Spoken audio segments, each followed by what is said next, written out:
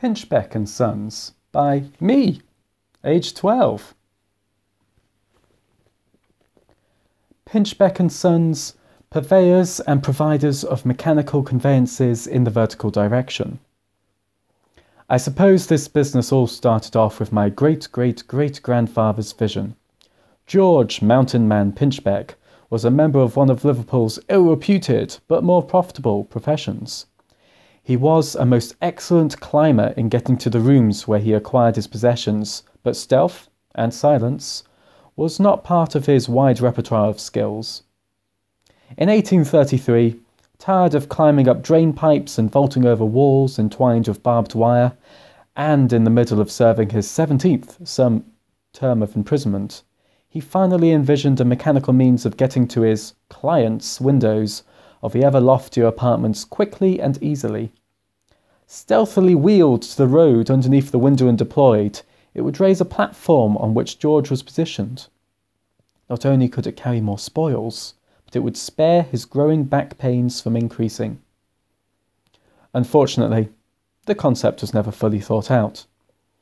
If people could discern a dark figure prancing around their walls and roofs, his invention, a steam-belching monster propelling a platform by gears and pulleys up the front of their houses from the road, would hardly escape their notice.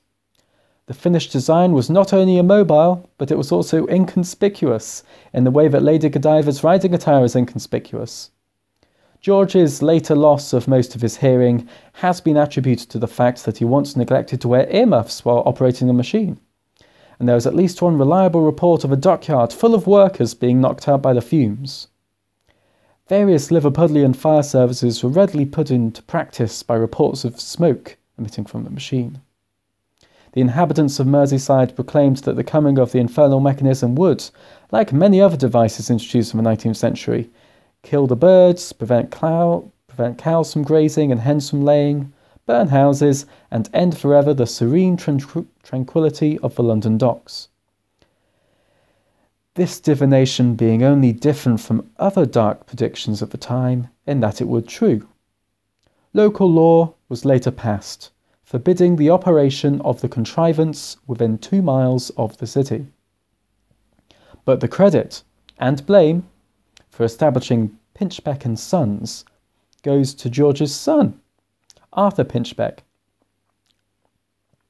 Being more influenced by his good-natured and polite mother, he was as unlike as his father as any son could be. Arthur was well-mannered, morally upright, but was as charismatic as a pile of horse manure wearing a false nose with his underpants on outside its trousers. Far from inheriting his father's prodigious and agile climbing skills, he had an acute fear of heights, and was continually recognised as the clumsiest man in the northwest. Nevertheless, he was well off from his father's proceeds, so well off that the government was unable to locate it, and he also had a more noble vision for his father's machine.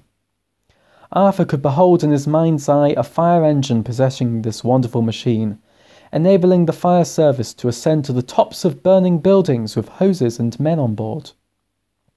He could envision warehouses and printing buildings containing these elevating mechanisms to facilitate the ease of moving heavy materials and items.